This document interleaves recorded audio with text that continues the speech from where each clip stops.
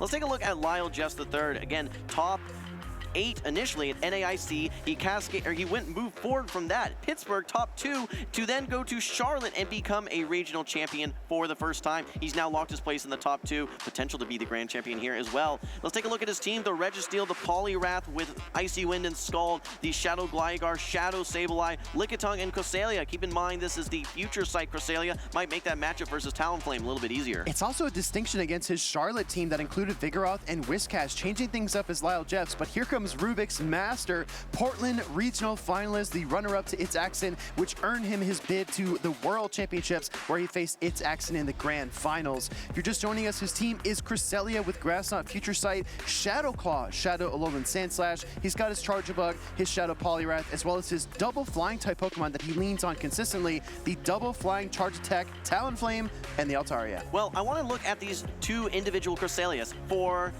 LyleJeffs, I think that Future Sight is so great, it frees up some ability to fight back versus that Talonflame. However, on XRubixMaster's side, that Future Sight is actually a liability. You're not able to hit that Sableye with that Moonblast. So let's go ahead and move into the matchups. Guys, we have nothing else ahead of us. It is simply just this grand finals. It all comes down to this. Game number 1, here we go, Speedy. Engines on, let's go. We got Lickitung in the lead versus the instant switch out into the Talonflame from XRubixMaster. Shadow Sableye making an appearance on LyleJeffs' team here in game 1 of our grand finals. As a reminder, XRubixMaster needs to win 3 games in order to reset the bracket and then force the grand finals reset. Looking at that Shadow Sableye, there are no normal types on the side of XRubixMaster. There is nothing that is going to resist those Shadow Claws, so I think it is a very likely pick in many of this game. As we continue on in this early matchup, we see here the Talonflame reaching for that flying, not enough to knock out the Lickitung. Lickitung already at a body slam as well. We did have that charge attack priority event. This is going to force the shield from XRubixMaster. Such a risky cap there, because if you get it wrong, a full Incinerate can leak through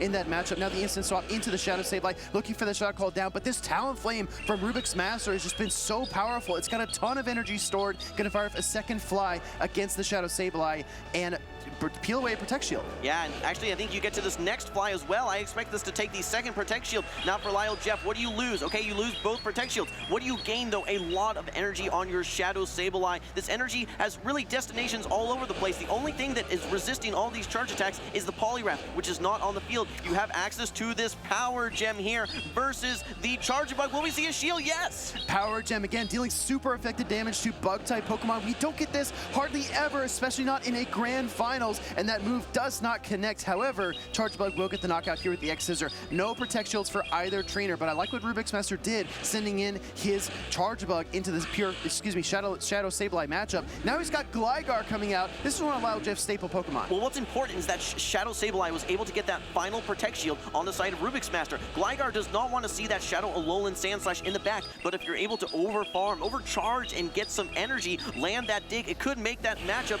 actually in favor of the Gligar. Exactly right. We're going to see another charge set come here from the Charjabug, trying to kind of whittle down the HP factor for the Shadow Gligar. Shadow Gligar has the dig ready, has the Aerial Ace ready, and the switch timer is almost expired for XRubixMaster as well. He can switch out if he wants to, but the Gligar catches him in its pincers. Here comes Aerial Ace. LyleJeff, we almost always see wait that turn. Will he have that same discipline here as he sees that Sandslash come in? I don't think we're going to see the Talonflame except an attempt for a catch. Here we go, XRubixMaster. He has to try to define, hey, do I maybe want to wait a turn myself so that I can anticipate Lyle waiting this turn? Let's see, no, throws the Shadow Claw. This is going to be really risky. We see the swap in, unable to get the move off. The Incinerate damage does not register. This is a loaded Gligar. The dig is ready to go. One wing attack away from the next dig. Will this Shadow Alolan Sandslash be able to hang on? It needs to endure it for XRubixMaster here. Dig connects, super effective damage, almost knocks it out. The switch into the Lickitung, and LyleJeffs wraps up game number 1 with a bow.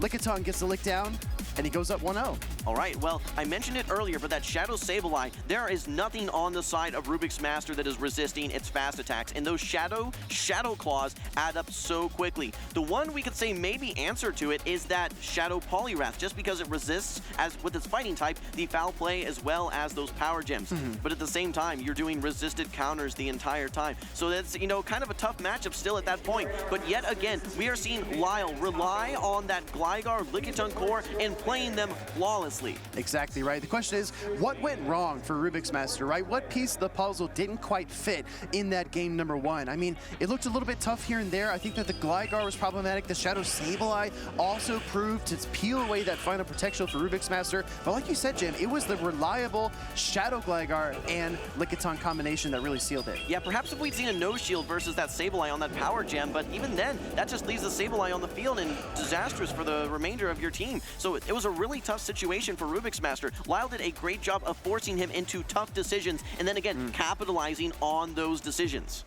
We're going to see how RubixMaster decides to deal with that Lickitung and Shadow Gligar combination. Looking at his team, I mean, the obvious answer in my mind seems to be something like an Altaria, something bulky that can go toe-to-toe with both of those Pokemon and maybe outlast them in the end game. Then again, you want to decide about the shielding scenarios and how you want to play the game. Well, we have a quick fun fact here for you, Will. Both players here have a match win rate of 80%. We talk about good players, you know, they're in the 60s, 70s. These top tier players well above 80% here for their match win rate. Incredibly impressive. Now, I do want to talk again about game number 1, because if you're expecting that Lickitung and Gligar core from LyleJeffs, as RubixMaster, do you have something that is a great response to that? Yeah, that's the question, right? We pinpointed Altaria, maybe something else will come to fruition. That being said, we're heading into game number 2. We are locked in. Here comes Shadow Sableye versus the Talonflame. All right, we'll take a look at RubixMaster's backline. That Shadow Poliwrath is there this time. These Incinerates add up so quickly. You're unable to get to this Power Gem before the Incinerate damage registers for this third one, before you're able to get to that Charge Attack. Actually just wants to throw this Foul Play. I don't even think you need the Power Gem here. You simply can threaten just with these Foul Plays. That's the Shadow Sableye difference, right? The Shadow Claws deal so much damage. 3 Shadow Claws coming through in the lieu of that 1 Incinerate. Here comes a Fly from Talonflame, but RubixMaster has a ton of energy. He's going to try to fire up another Fly just as quickly as he possibly can. He's 1 Incinerate away, and look at Lyle again. Calculated timing on the fast attacks, 2 Shadow Claws in the throw. All right, well, keep in mind this is 6-6-5 to these foul plays. So the third foul play is a shorter cycle. A quick swap out from LyleJeffs. He does not want to have his Sableye farm down. This brings in the Gligar, which is a little bit scary for RubixMaster, because that Poliwrath now may be a bit more of a liability if it is able to take one of those aerial aces. But I think we're going to see, yes, the Altaria coming in to face off now versus this Shadow Gligar. It's no secret that Lyle prefers the Protect Shield advantage, but what we saw there was the Brave Bird difference. He had to respect Brave Bird against the Gligar, and that stripped away his final Protect Shield, which, in my opinion, actually gives RubixMaster a chance here, because if Lyle carried that Protect Shield advantage into the latter part of the game, Lickitung could even take down the Poliwrath, right? There are no sure things at that juncture in the match. Well, I wanted to mention that because Poliwrath, and in general, Pokemon that rely on those debuffs, they need the Protect Shields in order to get the biggest advantage from those debuffs. You have to endure a charge attack via that Protect Shield. With Protect Shields down, now it opens you up to getting hit by an aerial, it's getting hit by a Power Whip. So this is still anyone's match at this point. Altaria takes down the Shadow Gligar, but in comes a Lickitung, and again, we talked about this Pokemon being able to, I guess, take down 1 or 2, but it's going to be really tough for Altaria to chew through the team. This is actually massive, though. Counting Dragon Breaths here. Counting Dragon Breaths, catching the Sky Attack on a weakened Sableye, and putting it all on the Lickitung. All right, I don't think this Talonflame has any energy, but you're going to need to not only land a Power Whip into this Shadow Poliwrath, I think you're also going to need a Body Slam as well. Those counters add up so quickly. There is some residual energy you need to throw before you get to the next fly. Wow. Great job by RubixMaster to force some energy to be expended by LyleJeffs. You're now at range where these counters are going to add up, maybe even put you in Scald range. But great job by Lyle as well to throw the Body Slam before the Fly was ready.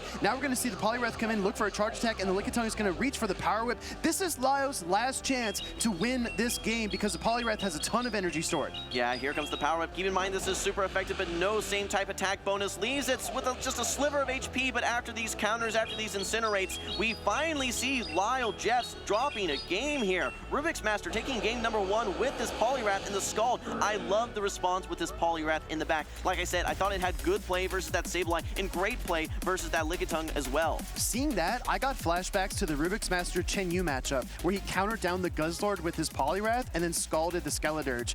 Very similar outcome there for RubixMaster, as in tight moments, the Poliwrath was definitely the difference maker. All right, well, for those of you maybe just tuning into your first Grand Finals, just a reminder, this is a best-of-5 series. RubixMaster actually needs to have a bracket reset as well, coming in from the loser side. Taking a look back at that game, though, a lot of good play from the Lickitung. Great job job by XXRubixMaster forcing out that energy to not allow Lyle to overfarm and get to not only a power whip, but that body slam as well. Just short there. We see the Scald come out from XXRubixMaster and lock in game number 2. Jim, this whole game, honestly, in my opinion, it came down to the Brave Bird potential of XXRubixMaster's Talonflame. Because right there, when the Scald connects, imagine if Lyle still had a Protect Shield.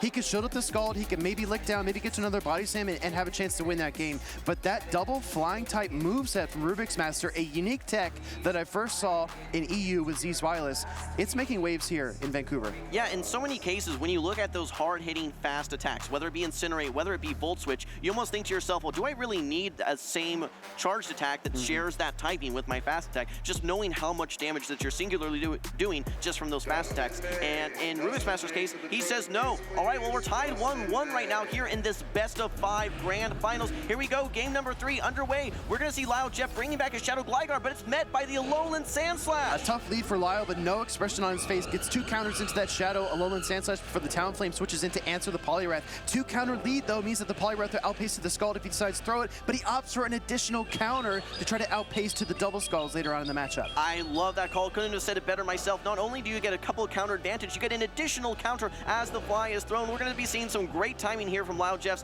going actually for the Icy Wind. This is the guaranteed attack debuff here. Will XXRubixMaster no shield it? Yes, he does. What a call! Wow, what a call. XXRubixMaster knowing it was probably going to be the Icy Wind, and Talonflame can withstand it. Here comes another Icy Wind from the Poliwrath, and we do see the Protect Shield. We do see the Protect Shield here. I was thinking maybe even this this could still survive that Icy Wind, but do not want to get you want to get more value with all this energy that you have. You're actually now at 2 flies. You win the charge attack priority as well. So there's really no way for LyleJeffs here, I think, to try and get this switch. This Shadow Alolan Sandslash is going to be a problem for that Gligar. Incredibly well said. Oh, actually forced to throw all that valuable energy from the fly. This is the result of double Icy Winds. Even a super effective fly wasn't able to knock out the Poliwrath. I'm shocked, and maybe that's one of the advantages of having a non-Shadow Poliwrath there, able to barely hang on after those debuffs and getting a full wing attack down. This now allows you actually to get closer to that dig to threaten to knock out the Shadow Alolan Sandslash. Will we see an attempt for a catch? Actually is going to be throwing the charge attack here. XXRubixMaster did not want to throw his energy. This would be a huge no shield, but no, the Protect Shield comes out. That is the final Protect Shield. Will this Gligar be able to outpace now to the next dig? I really thought he was going to call it, right? He already made the call with the Talonflame. I thought he was going to make back-to-back calls, but he's still in a solid position because regardless of the fast attack on the Shadow Alolan Sandslash, it applies so much pressure. He just needs to not get caught by the dig. Makes the catch into Poliwrath, but is this actually a worst-case situation? Well, realistically here, this is still a lot of damage coming from this dig. These are super effective wing attacks. You need to get to 7 counters in order to get to that Icy Wind. Will you simply just be able to farm down and come out with another dig? That is exactly what we see. The Gligar has the dig ready to go. We do not have an Ice Punch stored. Here comes the dig at this HP. This is going to be knocking out. We don't even see the Lickitung despite the terrible lead. Lyle able to navigate his way to a victory. Deconstructed and demolished. That Shadow Gligar by LyleJeffs just looks unbeatable, immortal in these situations because there's just no answer. I think that when you're in a bad lead situation and you know that there's essentially only one hope for your Gligar, and that is to land that dig. You know that you have to strip those Protect Shields. So you're willing to invest Protect Shields in that middle matchup to try and set up that one win con, which is Gligar getting to that dig. Despite the great catch from XXRubixMaster, it set up the perfect farm down by Gligar, taking down that Shadow Poliwrath, coming out with a dig ready to go. What a game number 3 we just witnessed. Perfectly executed. Again, when we saw the lead situation, it was Gligar into Shadow Alolan Sandslash, and LyleJeffs, I was watching his face the whole time. He had no reaction. No, he didn't show any of his cards there in his facial expressions, and for good reason, because he had a plan. You know what? I think that survive on the fly there was so impactful because what it ensured is that this Gligar is going to be able to not have to take that additional damage, and it set up that full farm down to get ahead on energy. It just everything that he was trying to do seemed purposeful, like he was architecting that win for himself right from the very beginning. Only 3 trainers have taken down XXRubixMaster. That's Axon, Chen Yu, and Caleb Peng. LyleJeff looking to be the 4th trainer to do so. And as we look at this series as a macro, LyleJeff wins this game. He's our Vancouver Regional Champion. That's right. Well, let's take a look here. This is that decisive game number 4 here. Could be the win for LyleJeffs. He has the Lickitung lined up versus the Alolan Sandslash. The key point here is this is the Shadow Claw Alolan Sandslash. A very decisive win if you're able to have that that Powder Snow. Yeah. That is not the case here. Lickitung can actually hang around. Now, we do see RubixMaster rocking a very familiar lineup. He's got both of his flying-type Pokemon in the back, being the Altaria and the Talonflame. Meanwhile, LyleJeffs just whittling away at that Shadow Loan Sandslash, coming in with the Talonflame response now. We're probably going to see a Body Slam and a switch. Do you go to Poliwrath here, Jim? Lyle's thinking to himself, all right, well, what do I do about this Sandslash later on? I still have this Lickitung that does relatively well, but I have that Poliwrath. Maybe you just stick around in this matchup. You have so much energy. You actually survive a fly at this point, no problem as well. Throwing that next Body Slam, this might be getting the Protect Shield. It does actually get the first Protect Shield away from RubixMaster. He's invested so many Protect Shields in Talonflame, it almost feels like Shadow Charizard play, right? These trainers that play these Pokemon tend to donate so much of their resources towards him. Fly's not enough. No. Lyle needs to make a call. All right, here we go. We see the no shield coming from Lyle. You hang on here. You're going to be able to get to that next Body Slam if you don't expend some more energy. You cannot incinerate down. Here comes another scenario of one of Lyle's Pokemon hanging on. And actually, Lyle wants to get this next Body Slam off, maybe strip away that final Protect Shield from RubixMaster. That's exactly the plan. Lickitung hangs in for 2 more licks before that Incinerate damage applies, throws the Body Slam for either the Protect Shield or the knockout. If you're RubixMaster, this is actually an interesting position to be in because you can bring in another Pokemon like your Altaria, get a full Dragon Breath down, and try to arm yourself for the next matchup. All right, well, here comes the Altaria. You have a good answer in the form of the Cresselia. No Moonblast on the side of LyleJeffs. You simply have the Future Sight. There's no way that you can really swap in your Sandslash at this point because it's just going to be met by the Poliwrath. That said, RubixMaster has not seen the Poliwrath. Oh, and a catch on the Future Sight. Wow, throwing the Future Sight into the Shadow Loan Sandslash like we saw in day 1. This is going to connect. Rubix thinks he has the catch, but he's wrong. That does so much damage. And the switch into the Poliwrath. Lyle just stealthily switched around control, switch advantage, and now he's got his counter user lined up against the Steel and Ice type. I don't think this Poliwrath really has to do any heavy lifting whatsoever. You love to be able to get a debuff off, but realistically, that Cresselia has enough bulk that it should be able to hang around. The question is, now that you did get this Icy win, I think it's now, hey, I can guarantee that I win Charge Attack priority, and I can ensure that this debuff will land, and force the final Protect Shield as well. So here comes the Icy win. You got to shield this one up, but now for the remainder of this match, RubixMaster is going to have his Altaria's attack dropped by 1 attack stage. LyleJeffs trying to close in on another Icy win. The Altaria has the Sky Attack. Cresselia is unavailable for the switch. He's going to overcharge as much energy as possible. Reach for the Sky Attack 1 turn before the Poliwrath gets to the Icy win and try to carry the maximum amount of energy into this Cresselia matchup. But is it enough, Jim? I don't know that it's going to be enough, especially with this attack debuff. Cresselia is going to be coming in here, and 1 Future Sight is going to be do devastating damage. Keep in mind the attack drop on this Altaria. I think that 1 Future Sight plus 1 Grass Knot maybe enough. Maybe even this Future Sight plus some Psycho Cuts. It's going to come down to the wire here in Game 4 of the Grand Finals. Altaria's HP trying to hold up. Under the Future Sight, it does. Psycho Cut doesn't do too much damage. Gonna look for the Moonblast right away here against the Cresselia, but he needs more. He needs more Dragon Breath, more Sky Attack damage. Cresselia is going to endure. LyleJeffs just 2 Psycho Cuts away from capturing his 2nd championship. There it is. Game number 4 goes to LyleJeffs. He is your 2024 Vancouver Regional Champion. This is his 2nd win here in the 2024 season.